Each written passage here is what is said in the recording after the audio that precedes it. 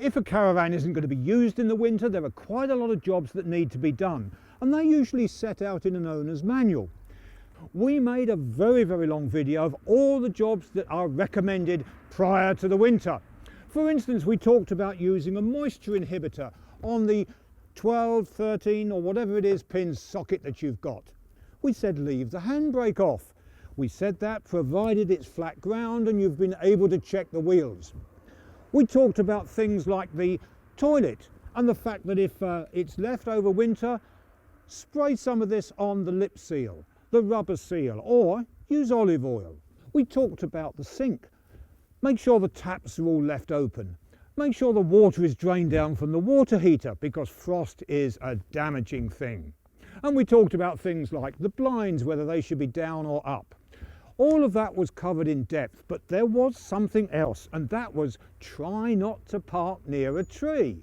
So why are you saying, is there a huge tree here? And what's the problem about that? Well, it just couldn't be avoided. And the downside is, even though this was cleaned and polished about 6 weeks ago, the results are here for everybody to see. The green that's formed all around the front. And just above the window, there's a guttering. And in that guttering, it is absolutely chock-a-block with leaves. Of course, you could say, what about putting a caravan cover all over the top? Yes, that's something, as long as you polished it first, and then it's a discouragement from using your caravan. And also the cover gets covered with this too. Anyway, we've covered a lot of things, but I'd like you to come and check with me something about the tyres and other things. Follow on and let's look closely. Now, it's strange that there's more damage done to a tyre when a caravan is parked than when it's actually towed on the road. And that's because it's the same section here that receives all the weight of the caravan.